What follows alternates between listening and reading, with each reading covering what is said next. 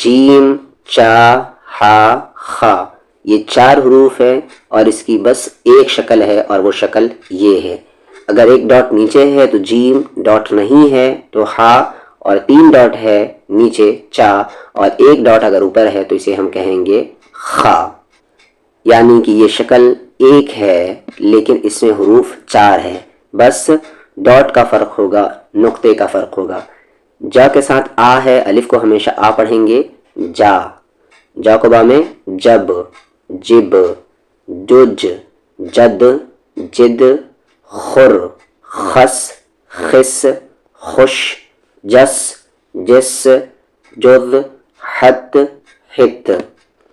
آپ دیکھ رہے ہیں وہی شکل ہے یہاں پر بھی اور وہی شکل ہے یہاں پر بھی. ایک ڈاٹ نیچے جیم اور ایک ڈاٹ اوپر خا. جوع، جف، جف، حق، چک.